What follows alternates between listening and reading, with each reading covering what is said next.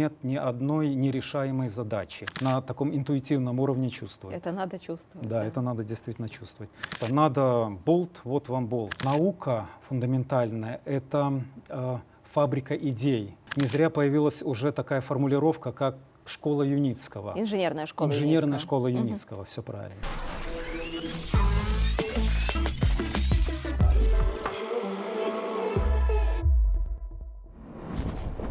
Здравствуйте, это UST Insight.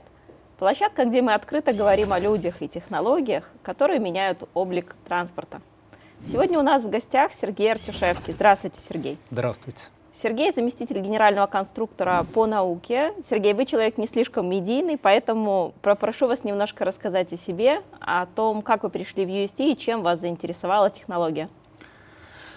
Ну, в компанию UST я пришел из транспортной сферы. На тот момент около 10 лет я уже работал и проектировал автомобили, фургоны. То есть с опытом? Да, с хорошим таким уже багажом знаний. И вырос от инженера-конструктора до главного конструктора, в принципе. О компании практически ничего не знал. Тогда она только начала свое существование. Было всего около 60 человек. Но предыдущий мой опыт работы, он привел меня к тому, что, в принципе, я не боялся никаких конструкторских задач, поэтому даже получив такое сложное направление, как компоновка высокоскоростного транспортного средства, меня не испугало, я полноценно погрузился в новую задачу. Сергей, не было ли страшно оставлять насиженное место, наверное, в каком-то большом машиностроительном предприятии и идти, по сути, в неизвестность?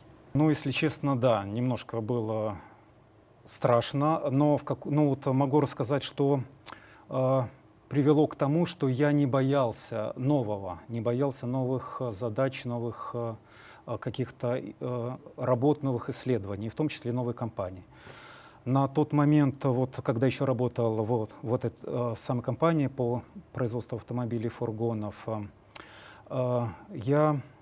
через меня проходили все технические задания, и я анализировал их на возможность изготовления, возможность выполнения хотелок заказчика, ну и загрузку подразделений. Фактически я утверждал в последней инстанции, берем техническое задание в работу или не берем. Понятно. Так, ну и в какой-то момент я столкнулся с тем, что увидел, что я не пропускаю ни одно задание, ни один транспорт, где есть что-то новое. То есть идете по накатанной всегда. Да, и я увидел, что я не развиваюсь как конструктор, я беру только типовые фургоны. И в тот момент я для себя тогда произнес такую фразу: ну, это же проще, чем космический корабль. И это 15 лет прошло с этого момента, и я до сих пор это помню хорошо, оно так у меня отложилось в голове, как переломный момент. И с тех пор я стал анализировать каждое техническое задание на возможность вообще изготовления его. И мы стали брать все такие сложные задания. Это были индивидуальные задания, и благодаря тому, что надо было много изучать нового, расчеты, какие-то исследования, испытания проводить. Но благодаря индивидуальному подходу стоимость таких работ и таких фургонов это было всегда X2, X3. И самый сложный момент жизни компании это позволило нам на индивидуальных таких заказах выжить в тот момент. Но и привело к тому, что нет ни одной нерешаемой задачи. И фактически, когда я уже принял решение, что надо расти дальше, и идя в новую компанию, я уже не боялся. То есть я понимал, что я справлюсь. До этого вы работали как инженер-практик. Да. Здесь скорее вы инженер-теоретик.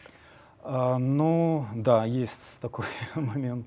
Сергей, что сформировало ваше научное поле, ваш научный взгляд? Научный взгляд, наверное, это подход. Здесь больше анализировать всю информацию полученную. То есть я никогда не беру задачу сходу просто «надо болт, вот вам болт». Я всегда стараюсь узнать, для чего этот болт, что с ним делать, с чем он будет контактировать, а это на самом деле это очень намного влияет. И условно контактную пару, если возвращаться к болту, и в каких агрессивных, неагрессивных средах он работает. Сергей, вы рассказали о себе как и об инженере практики. Теперь мне бы хотелось услышать о вас как об инженере с научным уклоном. Ну, научную, наверное, научную деятельность такую и вообще, что такое наука, я на самом деле узнал только здесь, в компании. Это была просьба, наверное, и такая необходимость со стороны компании уже двигаться дальше и развивать вот направление R&D с правильными, наверное, подходами по организации, в том числе документооборота. Извините, пожалуйста, давайте чуть-чуть поясним для зрителей, что такое R&D. Может быть, не все знают. R&D — это направление, направление в нашей компании, которое занимается более глубокими научными изысканиями по самым сложным задачам и направлениям в транспортной отрасли, ну и в биотехнологиях. Здесь это называется Центр научно-исследовательской деятельности, правильно? Да. Угу. Хорошо, извините, вернемся тогда к вашей научной деятельности. Здесь вы решили учиться. Когда я стал заместителем по науке, начал изучать в первую очередь, что это такое, для чего оно и чем оно отличается от стандартной деятельности того же простого инженера.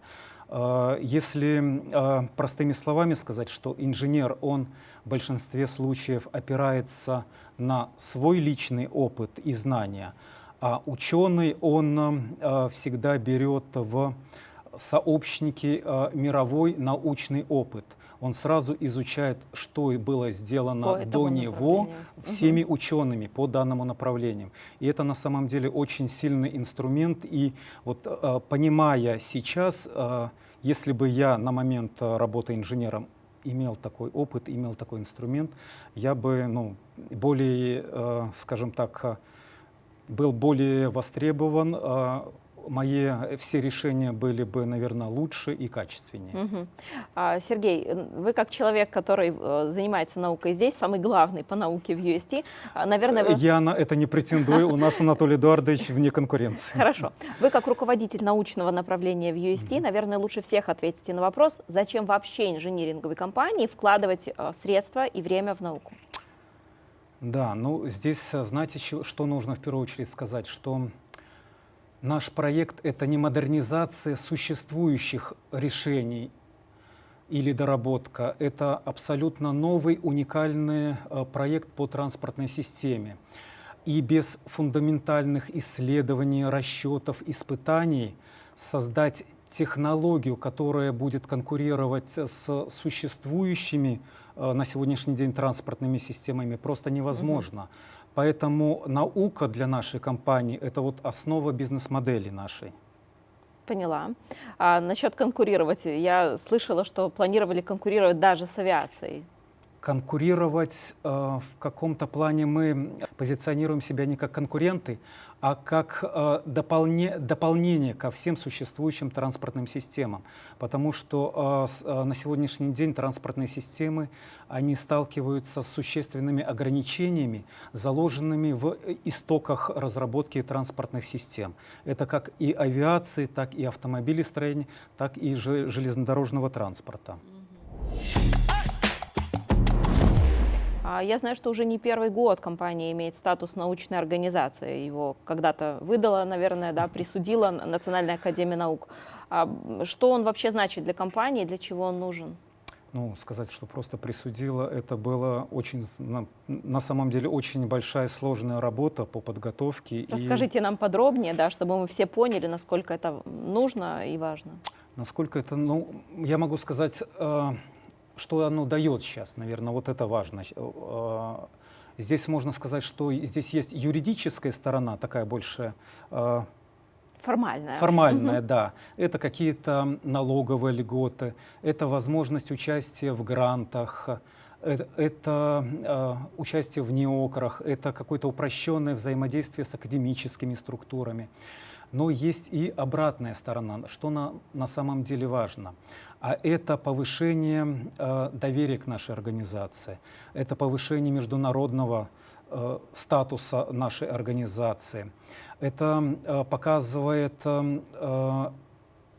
наверное, правильность и серьезность наших разработок нашим доброжелателям всем. Ну и явно выделяет нас среди других организаций, так как в Беларуси всего 7 компаний неведомственной подчиненности, Ничего себе. которые имеют статус научной организации. И это значительно упрощает взаимодействие с государственными организациями. Сергей, а были ли реальные ситуации, когда этот статус помог вам вести переговоры, вести разработки какие-то, вот какое-то применение? Было на самом деле это неоднократно.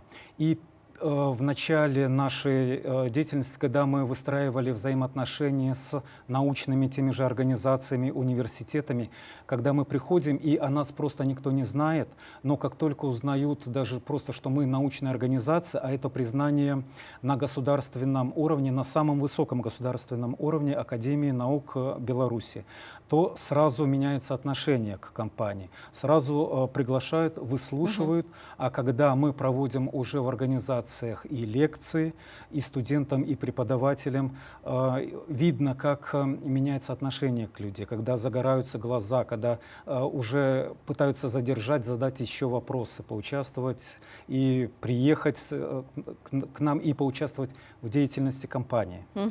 Интересно. А компании, Сергей, уже 10 лет, да, вот вы говорили. А вот, собственно, R&D или Центр научно-исследовательской деятельности, он появился не так давно, мне кажется, несколько лет назад. Что стало поворотным моментом, когда вот было принято решение, что все, ЦНИД будет работать отдельно? И как научные разработки делались до этого? Ну, на самом деле, научные разработки, они велись с самого первого дня, потому что без этого в компании никак, но фиксации такой не было правильной. Какие-то исследования, расчеты, они все проводились, но они проводились конструктором, проектировщиком и оставались, наверное, можно сказать, у данного заказчика, тот, кто это проводил. Принимались им к сведению, и когда этот сотрудник, возможно, переходил на другую должность, уходил из компании, результаты терялись. То есть вы одну и ту же работу делали несколько раз, получается? Ну, это, не исключаю такое. И приходил новый сотрудник, он не знал о том, что сделано было до этого, потому что не было правильного управления и отчетности. Вот это, она не хранилась, она не систематизировалась. Но компания росла, появлялись новые серьезные проекты, которые требовали более углубленной и подробной проработки, и во многом как раз углубленных научных исследований. Понятно. И это послужило таким триггером для создания Центра научно-инновационной деятельности, где были объединены подразделения, которые занимались самыми сложными этими задачами, нетривиальными, где требовались где требовались серьезные научные изыскания. Не буду спорить, конечно, наука это важно, естественно, но все-таки вы работаете в коммерческом предприятии. Как найти вот этот баланс между фундаментальными исследованиями и реальной практической ценностью? Фундаментальные исследования, они формируют такую основу, опираясь на которую, как на фундамент, уже решаются прикладные задачи бизнеса, компании.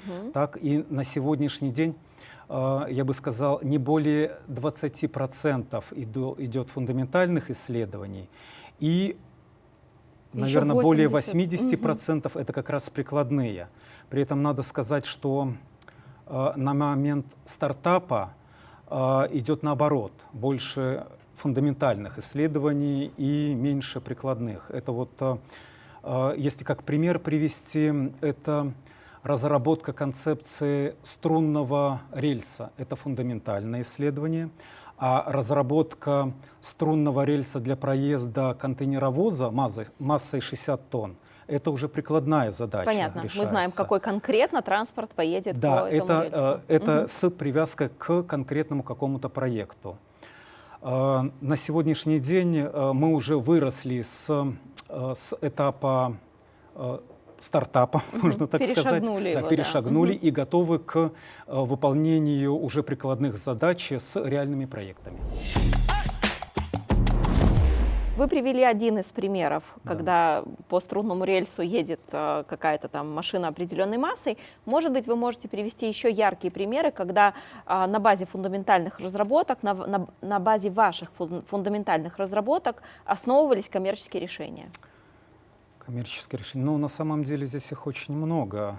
Это, ну, я могу каждую область брать. Это и системы управления, это и аэродинамические корпуса наших транспортных средств, это энергоэффективность, это биотехнологии, это тот же мотор-колесо запатентованное наше, это системы безопасности. То есть каждая сфера? В каждой сфере. Нет ни одной сферы у нас, которая не затронула бы как раз научные изыскания наши.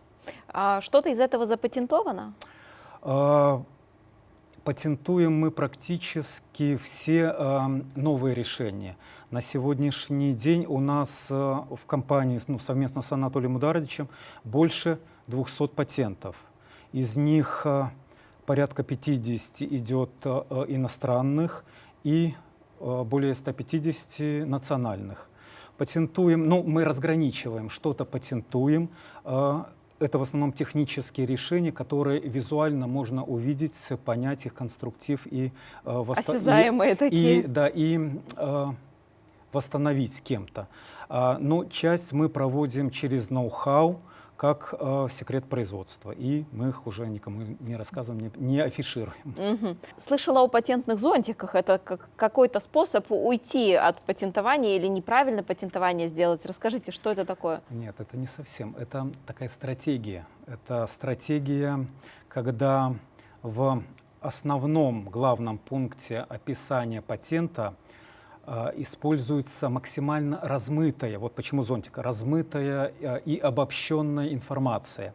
А уже в зависимых пунктах указывается конкретика. И такой вот, это зонтичные патенты, которые максимально близкий конструктив затрагивают. И это позволяет уйти от подражания.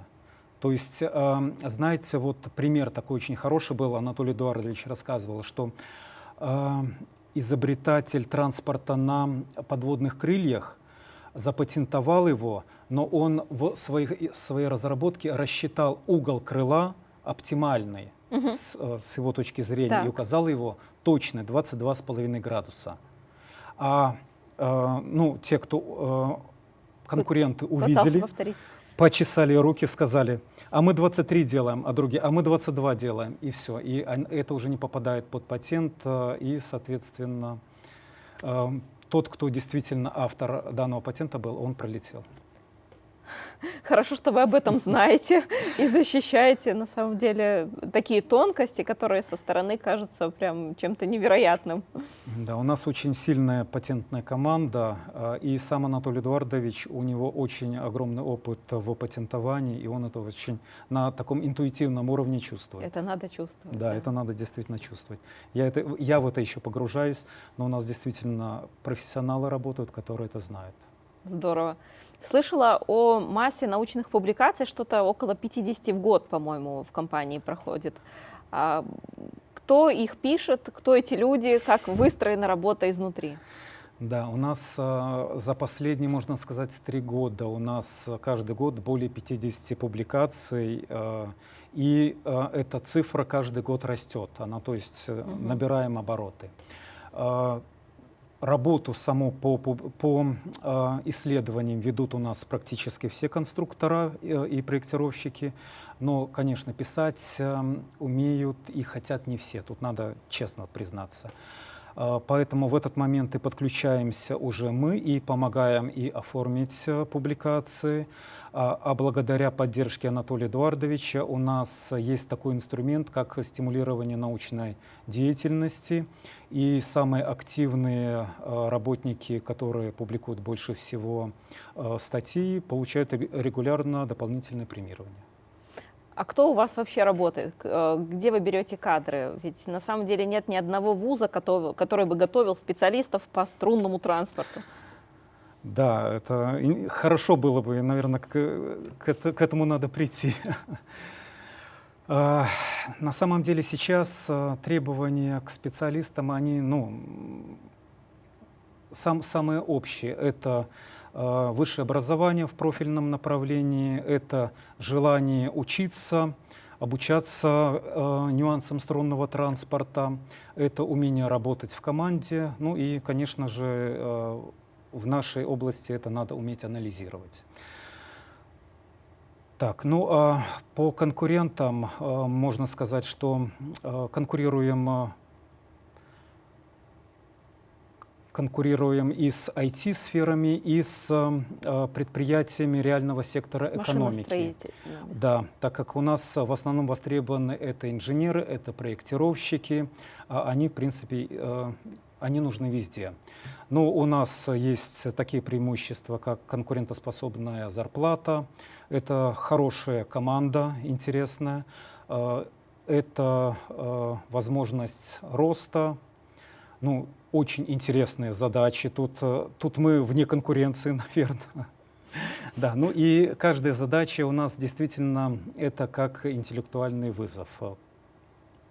Насколько важно, чтобы человек был творческий, чтобы он подходил к решению нестандартной задачи, не искал стандартных путей, как это принято на наших машиностроительных гигантах?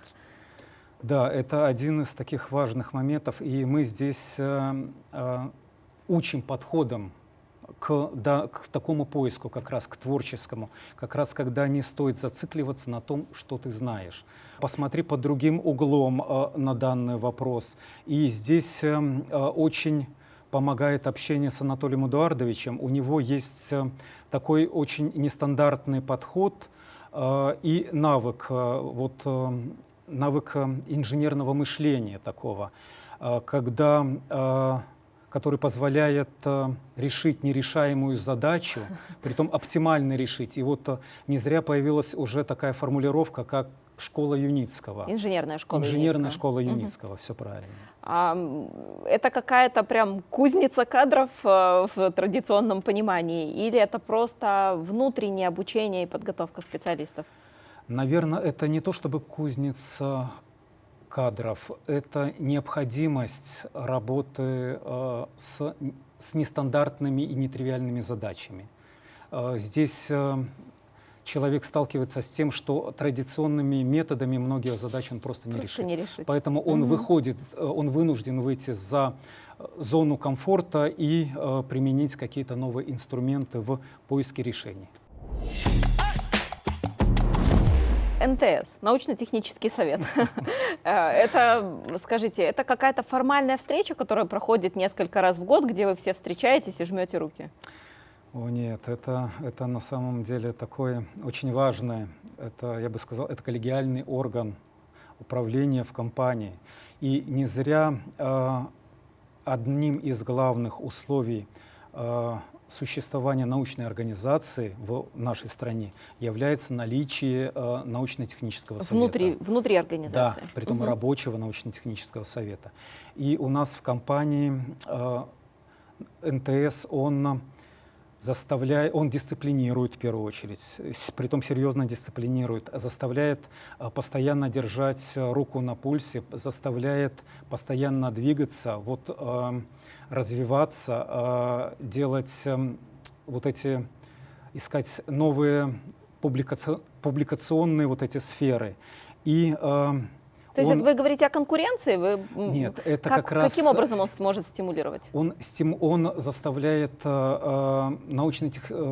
Центр научно-инновационной деятельности двигаться и развиваться, чтобы каждый период проведения НТС были результаты научной деятельности, понимаете? Теперь, да? Притом как НИРовской, так и публикационной. То есть нельзя стоять на месте. НИРовская — это научно-исследовательская работа. Абсолютно верно. Так, ну и патентная.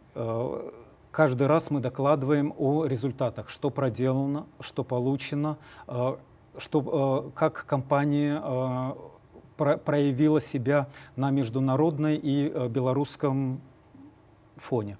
Так, ну и НТС, очень важный также инструмент НТС, проводит анализ как раз научных работ наших, НИРов, НИОКРов, и делает им оценку. Это повышает также уровень, уровень и статус вот этих наших нематериальных активов полученных. То есть ваши работы, они входят в нематериальные активы компании? Да. И как раз научно-технический совет оценивает их. Они соответствуют или не соответствуют. Оценивает по более чем 10 критериям. Бывают ли споры какие-то на НТС? Бывают ли дискуссии инженерные? Обязательно. И споры, и дискуссии. Но у нас очень авторитетный председатель научно-технического совета в лице Анатолия Эдуардовича, который может всегда грамотно рассудить и принять решение. А бывало ли, что вы не соглашались с решениями коллег на НТС или наоборот, коллеги не соглашались с вами? Но для этого проводится голосование, и если коллектив решил большинством, то принимается большинство. Поэтому это и считается коллегиальный орган управления. Кто помимо внутренних сотрудников присутствует на НТС? Помимо внутренних есть ряд приглашенных из компаний дружественных. Также регулярно приглашаются из Академии наук и из учебных организаций. Раз мы уже заговорили про учебные организации, скорее всего, наверное, университеты вы имеете в виду. Знаю, что у компании есть ряд партнерских соглашений с вузами Беларуси и России. Что это вам дает? Для чего проводите эту работу? Тратите время на нее? Или, может, не тратите? Нет, ну, я бы не сказал, что это тратим время. Это мы делаем, это мы устанавливаем партнерские отношения. Это у нас появляется очень сильный, мощный такой и, что очень важно, умный партнер.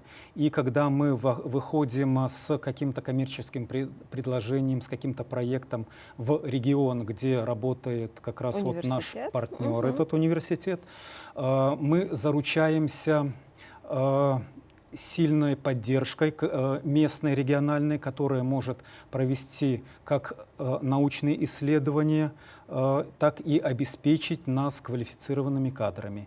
Но также вы понимаете, что местные власти, в первую очередь, они обратятся за экспертизой, за оценкой в местный университет. К своим же специалистам, конечно. Хорошо, тогда поговорим о студенческом конкурсе, который вы проводите на регулярной основе.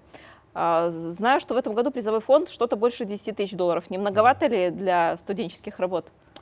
Но здесь надо сказать, что первое место это по 3000 долларов, второе по 2 и третье по 1. То есть, в принципе, это не столь большие деньги, но отличие наших конкурсов в том, что мы одинаково оцениваем вклад и студента, и руководителя, то есть преподавателя. Когда вы говорите по 3, значит 3 студенту, да, и 3 руководителя. И 3 преподавателя, конечно, потому что очень много зависит от преподавателя. И в чем, надо сказать, наш интерес? В первую очередь, это, конечно, ну, тут без споров, это поиск новых молодых кадров. Тут компании это надо всегда. Тут то есть HR такая тема глубокая. Да. Мы видим специалистов, которые уже изучили наши технологии, погрузились, сделали работу, которую мы оценили. Притом, если места призовые, то высоко оценили, соответственно. А так для компании что-то еще дополнительно дает. Это позволяет рассказать и передать информацию большому количеству участников конкурса, рассказать о струнных технологиях. Это позволяет участникам изучить, погрузиться, стать нашими партнерами, тем, кто о нас хорошо знает. Амбассадоры прям. Да. И очень важно, почему мы включили сюда вот преподавателей, так как студенты приходят, уходят, они могут прийти дальше к нам и не нести дальше. Но преподаватели, они остаются в вузах, и в следующий поток студентов, они уже, зная о наших технологиях, рассказывают в том числе студентам о новых, то есть несут наши знания, нашу информацию о нашем проекте дальше студентам молодым. Вы сказали, что призовые работы подготовлены на высоком уровне. Так вот, можете ли вы привести пример, когда студенческая идея вошла в основу или стала частью коммерческого продукта компании? Ну, здесь, видите, здесь мы все-таки привязываемся всегда к проекту. Проект не всегда он совпадает со студенческой работой. Студенческая работа — это тоже проект, но обычно всегда тоже местно-региональный. Нам для чего, чем важно тоже вот это видение местной, региональной потребности в транспортной системе какой-то, то, что, выходя в регион, общаясь с местными властями, мы можем уже данные проекты брать за основу. Понятно. Вы знаете проблемы, Да, существующие в текущем регионе? абсолютно верно, что кто лучше местных знает местные проблемы. А выходя к ним, мы уже можем сказать: ну, у вас же есть вот такой, вот смотрите, разработка. У вас есть такой вопрос, там, переправа через Дон, к примеру, переправа там через Волгу. Вот решение, вот разработка. И это притом ваша местная разработка. Интересно. Ваша местная потребность, да. Конечно, всегда есть, всегда мы делаем доработки, всегда мы делаем анализ.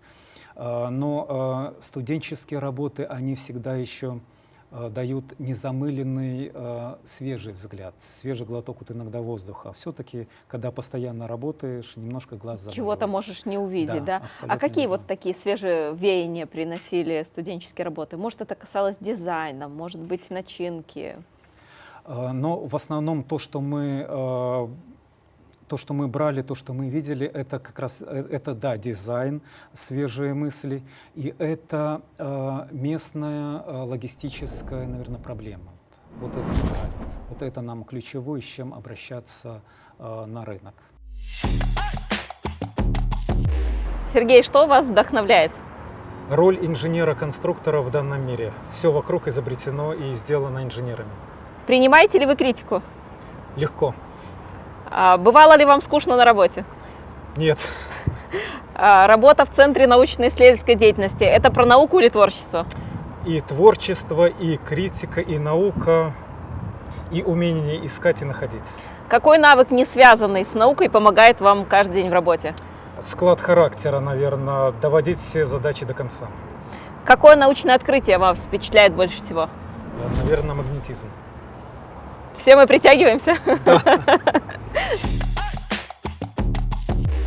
Хотела вас спросить немного о личной мотивации, потому что вы человек, который 10 лет в компании, еще не выгорели. Что общего между фундаментальной наукой и бизнесом для вас? Что общего? Ну, смотрите, фундаментальная наука, она делает какие-то новые открытия, изучает новое, оно открывает новые законы природы. А бизнес эти открытия превращает потом в продукт. Таким образом, наука фундаментальная — это фабрика идей. Красиво звучит. Фабрика идей для бизнеса, да. И бизнес абстрактные вот эти идеи, мысли превращает, трансформирует в технологии, улучшающие жизнь людей. Понимаете? Таким образом, бизнес без науки, он не может существовать. И в то же время наука без финансовой поддержки бизнеса, она тоже бы застопорилась. Наверное, еще без практического применения. Абсолютно верно. Я знаю, что очень часто инженерам не хватает практической реализации. Это абсолютно тоже правильно, важно. да. Это был UST Insight. Если вам понравилось видео, ставьте лайки, подписывайтесь, чтобы не пропустить новые выпуски. Сергей, спасибо вам за честный и глубокий разговор. И вам спасибо, Ольга.